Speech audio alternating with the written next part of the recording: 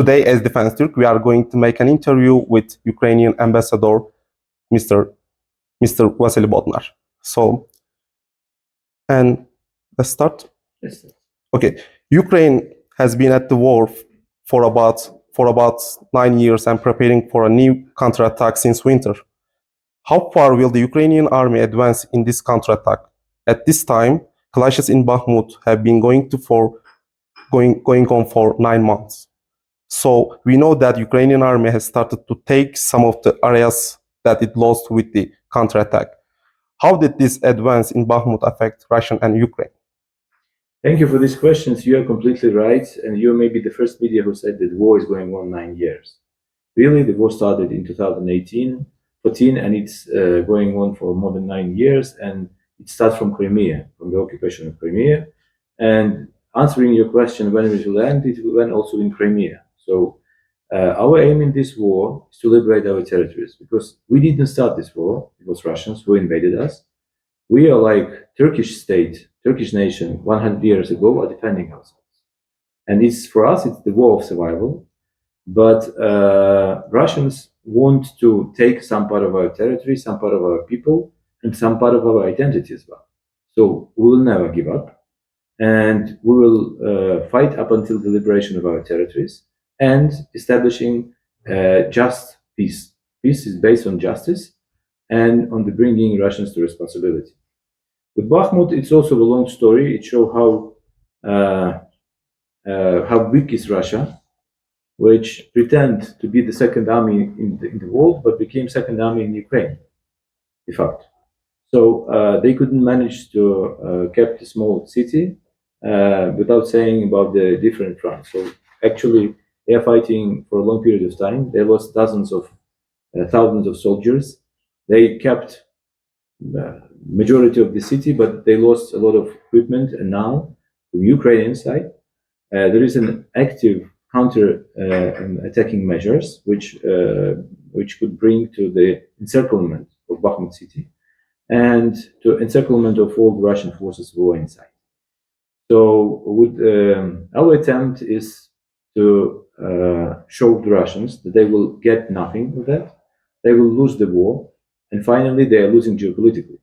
Because today, if you could compare the situation a year and a half or year and 2 months before, Russia was much more stronger. Russia has a lot of influences in the world. Now it's a barrier. It's a country which is isolated practically, which had a lot of sanctions, which forced NATO to expand.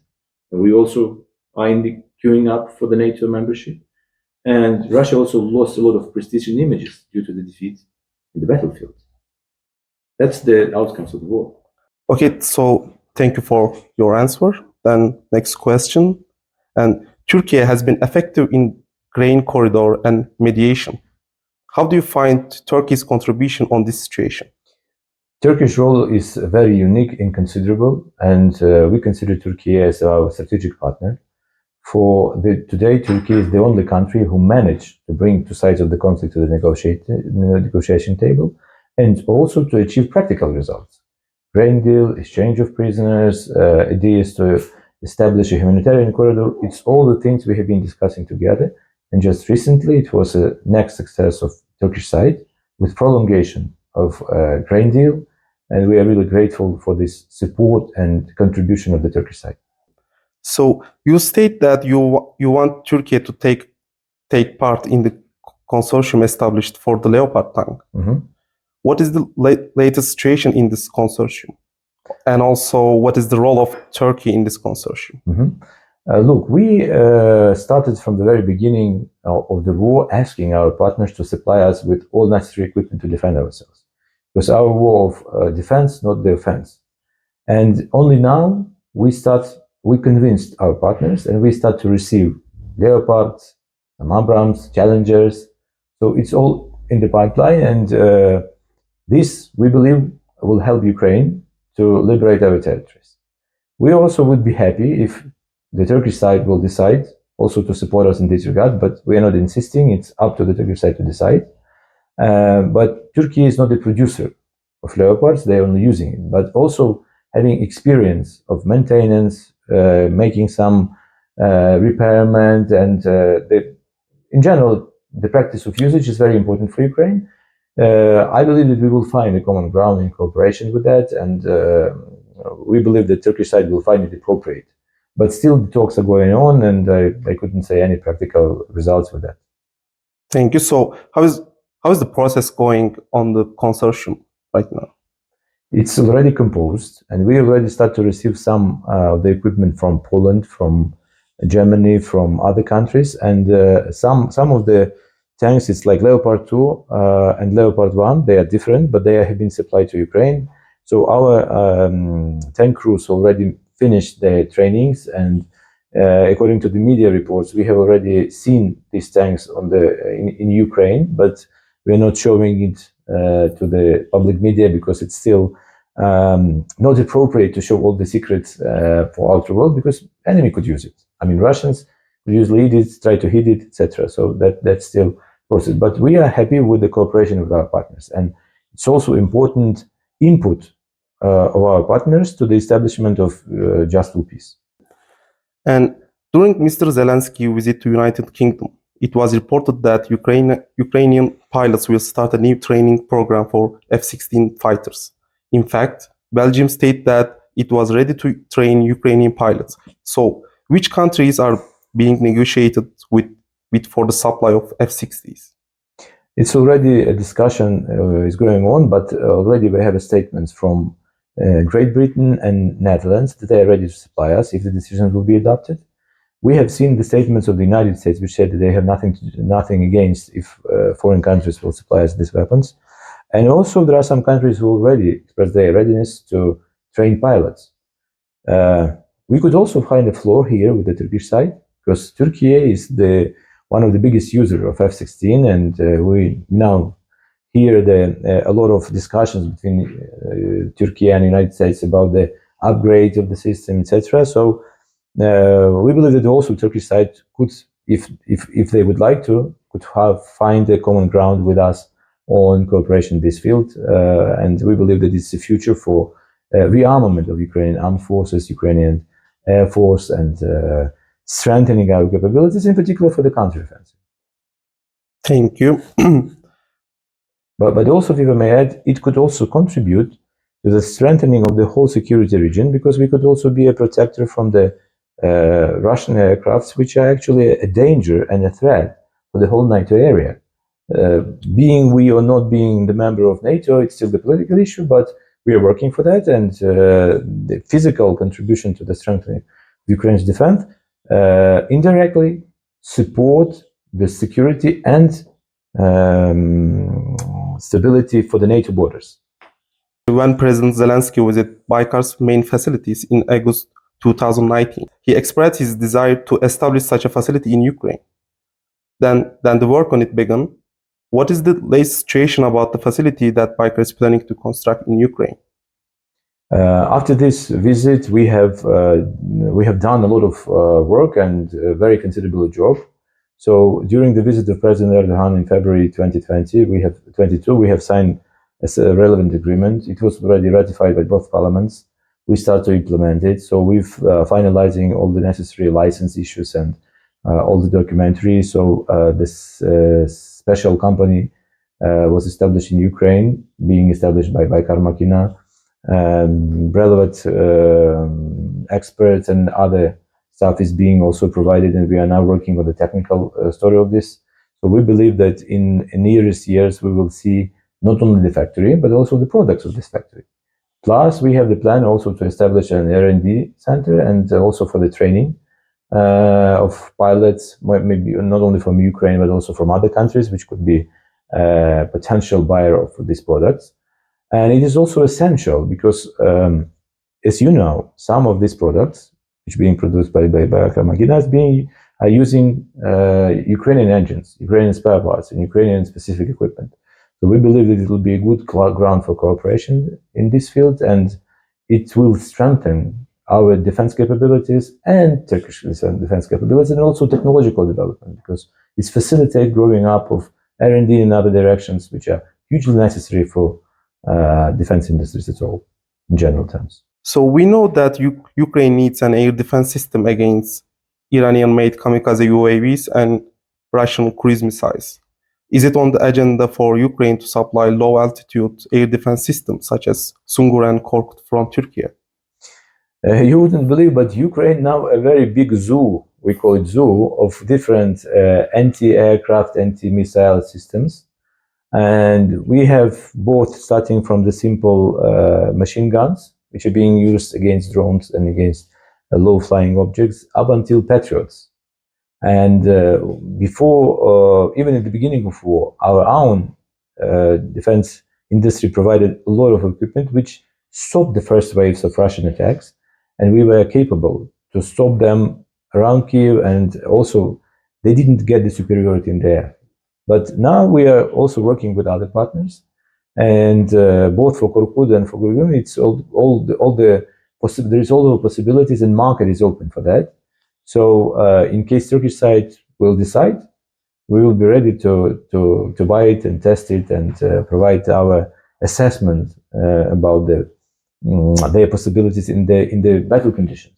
So it's also necessary to get not only the technical parameters, but also how we're using it in defense capabilities, how we defend it from the possible attacks, etc. So it still need to be combat tested, and we believe that if supplied, they will be adequately tested and results will be provided to the Turkish side.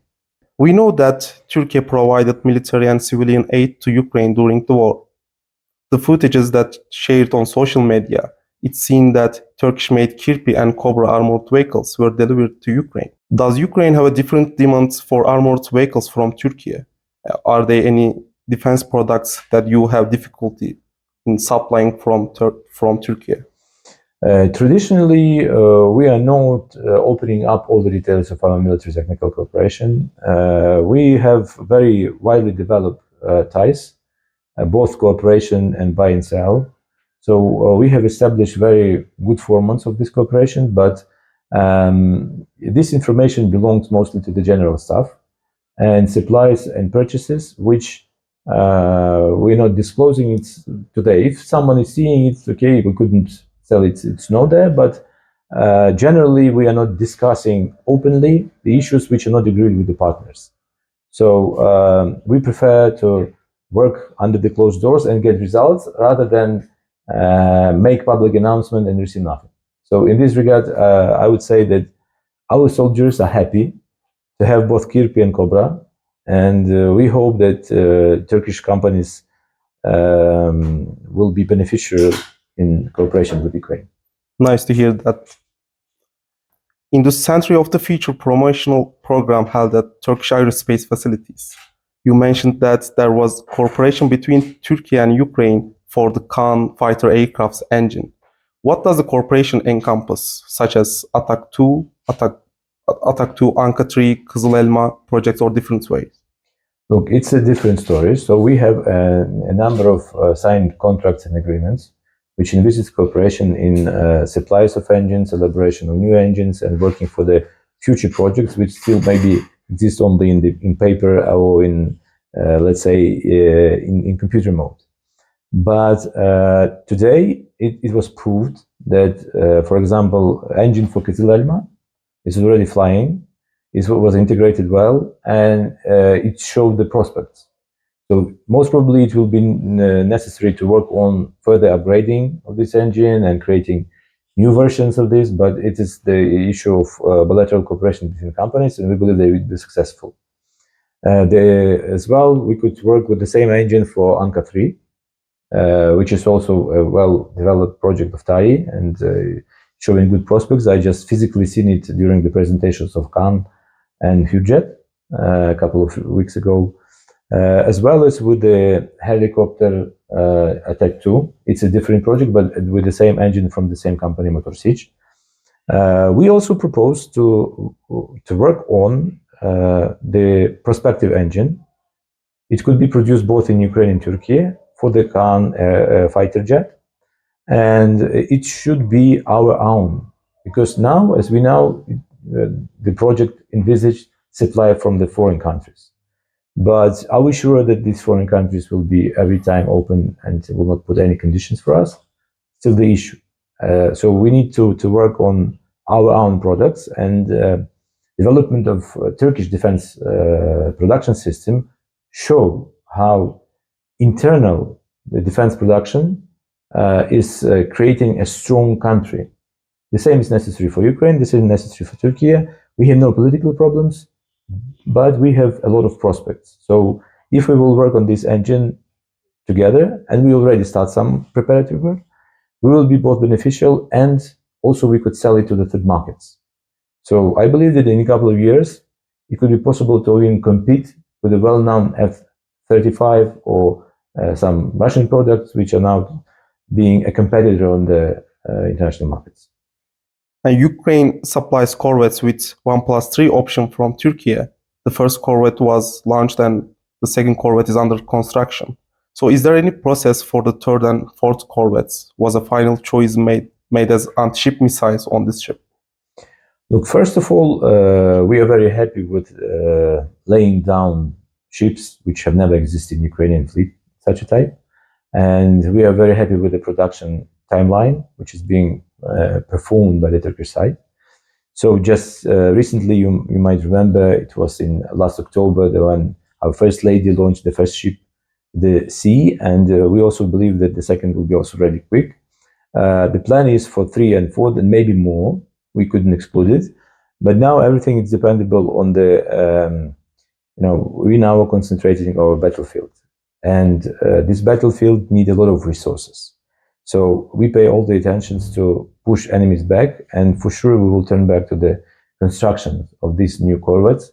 I believe that we will be not only buying these products from Turkey, but also supplying some spare parts for that, including armament and engines, which have been traditionally developing in Ukraine. And Turkish side is well aware about that. Okay, I want to add that the unmanned surface vehicle like ULAK, Salvo, or Mir, etc., so that Turkey has been developing in recent years. So does Ukraine have any requests in this regard? We will be happy to receive it. We believe that we could work on that, but still, when the work is not started, I wouldn't speculate. But there is a floor for discussions and cooperation, and we invite Turkish companies to start this work. Okay. AI-322 turbofan engine will be used in Kızıl Elma and TV3 turboshaft engine in Atak 2 helicopters. There were some intention for the production of turbofan and turboshaft engine in Turkey. Is there any development in this regard? The companies are discussing it. We now have 2 companies. It's Motoru and Progress. They are in close cooperation both with Baykar Makina and TAI. There is a good flow for future development because we need both maintenance, repairment, some advices, technical services, etc. And that might create the ground for joint production here in Turkey and creating some other perspective engines. I already said about KAAN, about other projects, which are necessary for strengthening the development of the air forces here in Turkey and in Ukraine. So it's not a secret that engine development is a long-lasting project, and they need a lot of investments, they need a lot of technologies, and they need a lot of efforts, and also political will. So we believe that we have political will, we have a strong intentions of cooperation, we already established a lot of them. We need further on to strengthen it up, and this dimension is looking into the future. Future is ours. Thank you. In many aviation projects like Anka 3, Atak 2, or Kızıl Elma, Turkey and Ukraine cooperate, especially in engines. Do you think this project will be negatively affected as a result of the occupation movement? In addition, has any work been done to move the facilities and human resources in Ukraine to Turkey?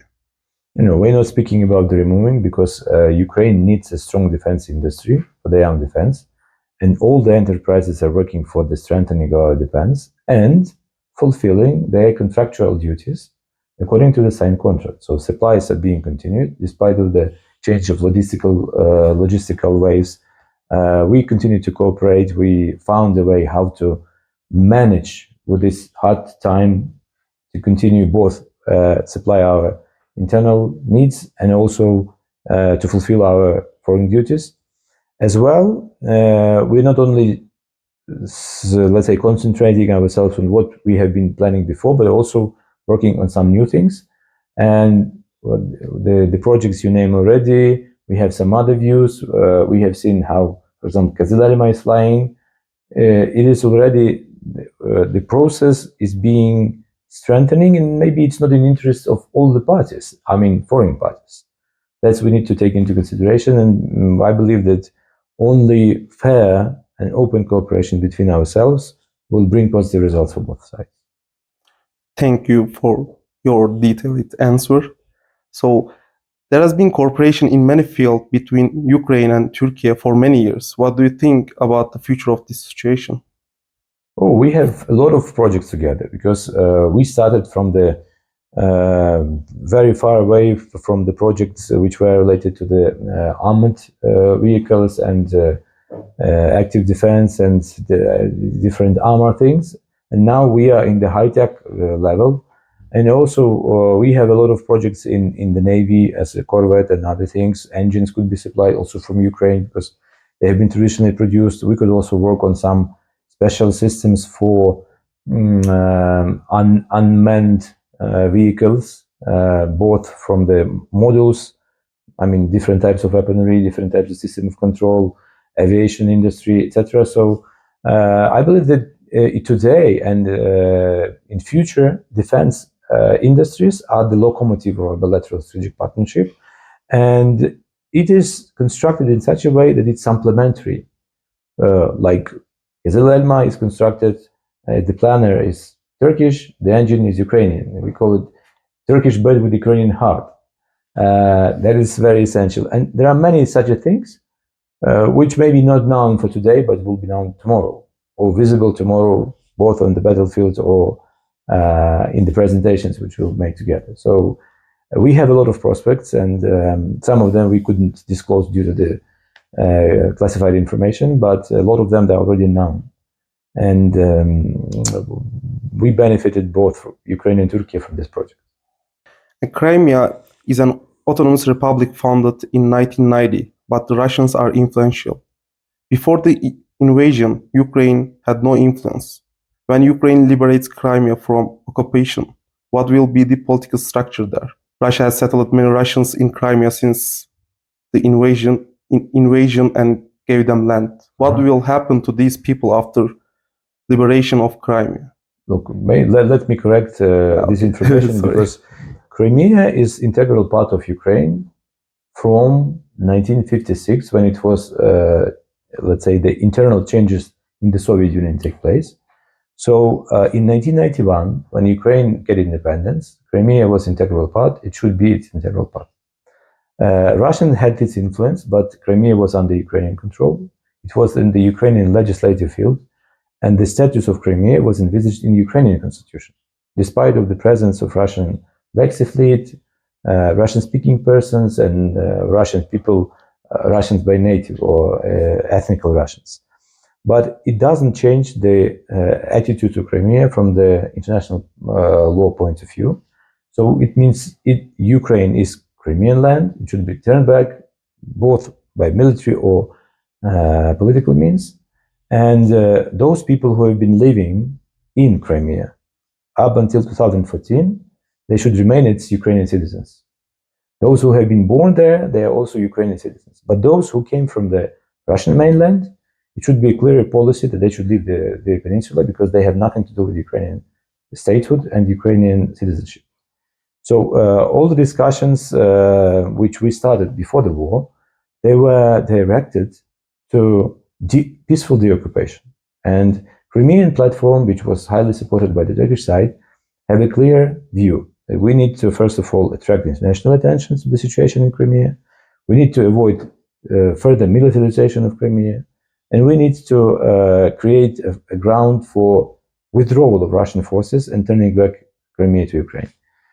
When even the war started, we have peace talks in Istanbul. There were discussions about the formula what to do with Crimea. So we proposed different options. Russians rejected it. So now we have the only way to liberate it physically, to turn it back into the Ukrainian legislative process, and govern it as a normal Ukrainian territory, according to the Ukrainian legislation. That's clear for everybody else. As I don't know, for example, in Turkey, Istanbul or Kars do not have separate legislations. The same will be in Ukraine. And yesterday was the 79th anniversary of the Crimean Tatar exile. Since the first invasion of Russia in 2014, the biggest voice came from Crimean Tatars. What will be the situation of the Crimea and Crimean Tatars after the war? Will city names in Crimea be replaced by their origins? Look, Crimean Tatars, it's the separate nation which live in Ukraine, in Crimea Peninsula and in mainland. It's a very old nation which exists there for hundreds of years, and they have been suffering a lot from different suppressions from the Russian side. Started these suppressions after the occupation of Crimea in 1783, and every time they were under the contact pressure, which forced a lot of their ancestors to come here to Turkey. Today we have maybe more than 4 million, it's been considered, those who came and considered themselves as Crimeans or Crimean Turks or Crimean Tatars and live here. Also 300,000 Crimean Tatars are now living in Ukraine. We call it still Ukraine, and they turned back from different areas where they had been expelled in 1944. In 1944, it was a clear genocide which has the aim to demolish the nation from their motherland and cease their existence. And the aim was to create a specific area for Russians to locate there, for ex-militaries, for others, to de facto occupy Crimea. But from 1944 to 1956, Russians had been living in Crimea and lead it to such bad conditions that finally Soviet authorities decided to hand it over to Ukraine, because Russians were not capable of creating from this land a prosperous territory. From the beginning of Ukraine's independence, we have a lot of problems with that, but first we allowed Crimean Tatars to turn back home. There are some countries who didn't allow those who have been deported to their motherland. Secondly, we also established a special legislation which regulate the status of Crimean Tatars as indigenous people with their specific rights. It's already the legislation. We are also promoting the Crimean Tatar language as the language of native people who are living in Ukraine, and also establish special state program. We also have specific different state programs for supporting of the culture, traditions, and other things, which is specifically directed to support Crimean Tatars in their fight for their freedom. Because we believe that only in a democratic Ukrainian state they could fully implement their rights and could realize themselves as the powerful nation. Because today Russians are suppressing them. We have hundreds of those who are imprisoned. We have also those Crimean Tatarians who have been enlisted forcefully to Russian armed forces and forced to fight against Ukrainian armed forces, despite they most probably are Ukrainian citizens, so it's illegal. Russians have been doing a lot of other crimes, and I believe that after liberation of Crimea, we will establish a normal situation for Crimean Tatars and give them all the opportunities for self-development, creating their branches of coordination, work, schools, everything which is needed for the self-determination inside Ukraine and creating the opportunities for future, for preserving the future, as well, both with religious freedoms and cultural freedoms, and also political freedoms for establishing their self-governing structures, etc. So all is necessary. We are working closely with Majlis, Crimean Tatar people, Mustafa Jamilov, or Mustafa Kremoglu, as we call him. He's not only the leader for Crimean Tatars, but also a moral leader in Ukraine. He's also a well-known person here in Turkey, and he's highly supported by both communities and state here in Turkey. And we're also happy to cooperate with the Crimean Tatars, the next here in Turkey. We also have got very close and far-reaching support from the beginning of war. And I could just recall words of Mukremin Bey, who is the head of Center Dernek, who said that the first day of war, he came to me and we made a joint statement to the press. He said that I believe in the victory of Ukrainian armed forces. It was the first days of the war when the whole world believed that we will fail. That's a different perception of the world, and it's the same as Ukrainians have. So we are on the same wave. And moreover, a lot of Crimean Tatars are now fighting against Russian invaders, shoulder in shoulder with Ukrainian brothers.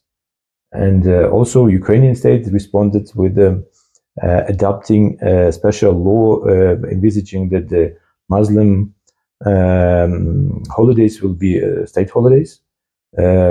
This year, President organized first ever iftar for Muslims, both military and civilians.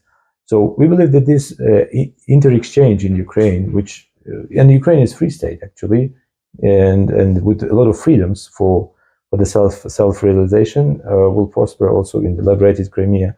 Plus, we would have, I believe, a good opportunity for cooperating with Turkey for reconstruction and creating Crimea not a military base as it is now, but as a recreation zone which will attract millions of tourists from other areas, from Ukraine, from Central Europe, from maybe other countries, maybe if Russians, if they will not continue to invade anytime or stop their aggression. That will be we have a good prospect for that, for business, for other opportunities, but it will be all within the Ukrainian state. Thank you for your detailed and clear answer. So it is known that from the beginning of the war, the USA supplied Ukraine with different weapon systems. Finally, we know that Patriot air defense systems have been delivered to Ukraine. Russian sources claimed that these systems were hit. Have these systems been hit as claimed, and is there any Patriot system that active in Ukraine? Sure, we have a lot of Patriot systems who are presenting their results, and recent results of shutting down 5 supersonic missiles, Kinjal. It's a clear evidence of that. If to listen Russians or read their information to the press, Ukraine does not exist. So they already won the war, and they kept Kyiv in 3 days, etc., etc. So Russian state, unfortunately, turned to be a liar, and they create this liar-to-state policy. I know it from my practical life because I was in Moscow for 4 years as a diplomat. At the beginning of Putin's career, it was a different state and different attitude to the other countries, including to Ukraine. But the imperial side does not disappear. And they every time try to renew this restoration of Russian Empire or Soviet Union, and it's the mind of every second Russian. So, and the problem is not only with Putin or its leadership in Kremlin, but also with the majority of Russian people who still believe that they should dominate not only Ukraine and some post-Soviet countries, but also in the world. And that's the problem for the whole world, and the whole world should be attracted to peace settlement. And President Zelensky proposed this idea of a big peace plan with the 10 points, which envisaged a cooperation of the different countries on the areas of common interest, starting from the global food security, nuclear security, energy security, and many other things, which are really actual, and a lot of countries have already expressed readiness to cooperate with that, including Turkey, which support our peace plan, and we're very grateful for that. And since the beginning of the war, different systems have been delivered to Ukraine from different countries. For example, the USA decided to deliver Abrams, and United Kingdom delivered Challenger 2s. Germans and various NATO countries delivered Leopard 1 and 2 tanks to Ukraine. As you know, this situation brings with it logistical problems. What kind of work is and will be carried out during and after the war to solve these logistical problems? In comparison with the beginning of war, it's not the problems. It's that the issues would need to be resolved. Because when we started the war, we have the only post-Soviet military equipment and some of Ukrainian-produced equipment, which was in comparison with Russians, very few. But even with this small amount of weapons, we managed to stop their advance and push them back as much as we can.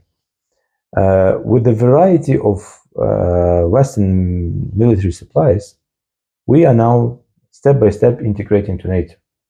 And the time will come that we will be ready not only to use all the stuff, but also maybe strengthen it by co-production or participating in cooperation with that. So Ukrainians prove to be very effective and talented in using different equipment, which even Western countries does not believe that it could be so. Like Patriots, it was not believed that it could shut down King Charles, or that you could shut down, I don't know, cruise missile with the Stingers, or that you could, for example, shut down the helicopters with the anti-tank missile Stugna. Or there are many practical things. Or if, for example, if we could use UAVs, civilian UAVs, with a grenade in the glass, and it could blow up the Russian infantry. So a lot of practical things which have been developed by Ukrainians. And even today, if we manage to have some problems with other repairment, maintenance, or other things, I would say that our guys are taking some equipment and making it physically, and it starts to work. And you know that at the beginning of war, nobody believes in us and didn't supply anything. Today, we are speaking about the F-16 and Patriots ready in Ukraine. So we ask the West to include us into the NATO. They didn't do it politically, but they did it militarily. Because now, the majority of Western equipment, Ukrainians are being trained, and you see that these millions, most probably Ukrainians who already are trained on that and know how to use it, they will be a very strong defense of Europe against possible continuation of Russian aggression. And last question. Ukrainian lines were severely damaged during the occupation. For example, Bakhmut, where 71,000 people lived before the war, was largely destroyed. This example can be replicated with different cities. What kind of process is envisaged for the reconstruction of Ukraine after the war? This is the big question, a very important one. Despite of the war, we already established two plans. One is fast recovery plan, which is already in force, and we are implementing it using different sources, both state budget and some investments and some loans. And even Turkish companies are already using it in Ukraine. For example, well-known Turkish company Onur, which has already reconstructed some bridges, roads, construct some premises, widening business in Ukraine. And we also envisage to engage other Turkish companies. In last August, we signed special memorandum between two ministries of trade from Turkey and infrastructure from Ukraine. In autumn time, we have a couple of visits of Ukrainian officials speaking with the Turkish companies here, with the Reconstruction Association, with those who are interested in architectures, etc. And we already established a plan. So we propose to the Turkish side the Kharkiv region to be under the patronage of Turkish side to start the process. Still, military activities is going on and maybe not so safe, but nevertheless, already a lot of companies expressed their interest in entering Ukrainian market, in starting some work, in preparatory, let's say, checking fields and trying to do everything. And also, there are a lot of areas which are not affected by the war but need reconstruction. Because it is not a secret that a lot of buildings, roads, bridges have been constructed in Soviet times, and it's already pretty old. So I would advise other companies from which are not affected now with these projects we already propose to apply to our embassy, to Ministry of Infrastructure of Ukraine for participating in the projects there. And if even they are afraid now about the ongoing military activities, there are specific risk assurances which is being provided also for the companies in the war period. And Turkish companies have a great experience in different difficult areas, Libya, Syria, Iraq, and other territories or countries, and they might use their experience also in Ukraine with the aim to get profit. So we're not asking for humanitarian story, despite we couldn't exclude it. I will be also happy to receive it, but generally business is creating for getting profit, for developing itself, and Ukrainian market is huge. It's the territory of Ukraine is very close to the territory of Turkey. Population is also very big, and we believe that after the war we'll be having a lot of work to do together to reconstruct Ukrainian infrastructure, Ukrainian houses, Ukrainian bridges, and a lot of interesting projects, including creating some new stuff. Plus, we will be promoting very high the idea of industrial parks. It's like organize and enable we see here in Turkey. And we believe that experience of Turkish side will be highly necessary in Ukraine. Thank you so much, Mr. Bodnar. Thank you very much.